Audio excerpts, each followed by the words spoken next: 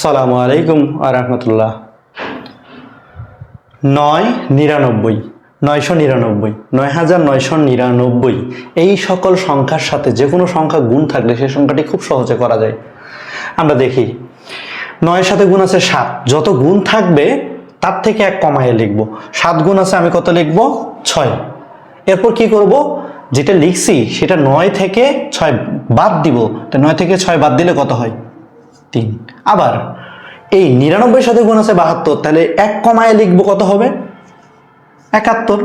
এরপরে কি করব? 99 থেকে 71 বিয়োগ করলে যা হারে লিখবো, তাহলে 9 থেকে 1 বাদ গেলে হয় 8, 9 থেকে 7 বাদ গেলে হয় 2। এরপরে আবার 325 গুণ আছে 999 এর সাথে, তাহলে আমি 325-এ কত লিখবো? 324। এরপরে কি করব? এই 999 থেকে 324 বাদ দিব, তাহলে 9 থেকে 4 গেলে কত হয়? 5। 9 থেকে 2 বাদ গেলে কত হয়? 7। 9 থেকে 3 বাদ দিলে কত হয়? 6। এই 987 999 সাথে গুণ করলে কত হয় এটা আপনারা আমাকে কমেন্টে জানান।